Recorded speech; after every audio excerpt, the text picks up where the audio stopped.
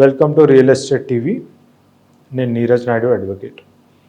ఈరోజు మనం ఒక ప్రాజెక్ట్ కానీ ఒక ప్రాపర్టీ ఎలా సెలెక్ట్ చేసుకోవాలనేది తెలుసుకుందాం.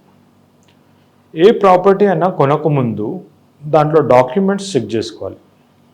దాంట్లో రిజిస్టర్డ్ డాక్యుమెంట్స్ ఉంటే మంచిది. ఒకవేళ లేకపోతే కనుక అలాంటి ప్రాపర్టీ కానీ అలాంటి ప్రాజెక్ట్ కానీ సెలెక్ట్ చేసుకోకూడదు.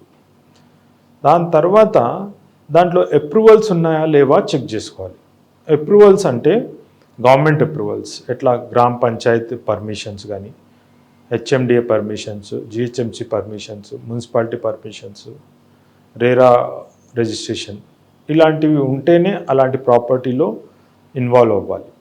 లేకపోతే అది అన్రిజిస్టర్డ్ అన్అప్రూవ్డ్ ప్రాపర్టీ కాబట్టి ప్రాబ్లమ్స్ క్రియేట్ అవుతాయి. సబ్సిక్వెంట్లీ దాంట్లో డెవలప్మెంట్స్ అయినాయా లేవా. ఒకవేళ ప్రాజెక్ట్స్ కానీ ప్రాపర్టీ కానీ ఫుల్లీ డెవలప్ కాకపోతే దానివల్ల చాలా సమస్యలు వస్తుంటాయి. పర్టికులర్లీ కొన్ని ప్రీ లాంచ్ ప్రాజెక్ట్స్ ఉంటాయి. అలాంటివి ఏమవుతున్నాయంటే అవి కంప్లీట్ కాకుండా డెవలపర్స్ కంపెనీస్ క్లోజ్ చేసుకొని చాలా ప్రాబ్లమ్స్కి దారితీస్తుంది. ఫర్ ఎగ్జాంపుల్ సాహితీ ఇన్ఫ్రాటెక్ ప్రైవేట్ లిమిటెడ్, సాయి సూర్య డెవలపర్స్, మంత్రి రియాలిటీ, భారతి, ఇట్లాంటి చాలా కంపెనీస్ ఉన్నాయి. ఏవైతే ప్రీ లాంచ్లో చేసి క్లోజ్ చేసేసారు కంపెనీస్. దాని తర్వాత ఇంకోటి ఏంటంటే important point, memorandum of understanding అని ఎంఓయు అంటారు. అన్రిజిస్టర్డ్ అగ్రిమెంట్స్, అన్రిజిస్టర్డ్ ఎంఓయూస్ ఉన్నప్పుడు అలాంటి ప్రాపర్టీలో అస్సలు కొనకూడదు.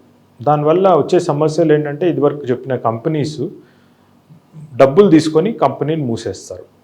అది కాకుండా ఎప్పుడైనా సరే ప్రాపర్టీతో డీల్ చేసినప్పుడు ఇవన్నీ క్లియర్ ఉంటే కనుక అగ్రిమెంట్ ఆఫ్ సేల్ చేసుకోవాలి.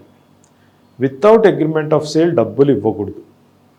దాని తర్వాత లీగల్గా కరెక్ట్ ఉందా లేదా, ప్రాపర్టీ టైటిల్ క్లియర్ ఉందా లేదా, ఆ ప్రాపర్టీకి బ్యాంక్ లోన్స్ వస్తాయా రావా, ఇవన్నీ చెక్ చేసుకొని ఆ ప్రాజెక్ట్ని సెలెక్ట్ చేసుకుంటే భవిష్యత్తు బాగుంటుంది.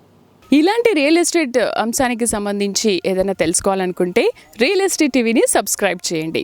అలాగే పక్కనున్న బెల్ బటన్ని నొక్కడం మర్చిపోకండి.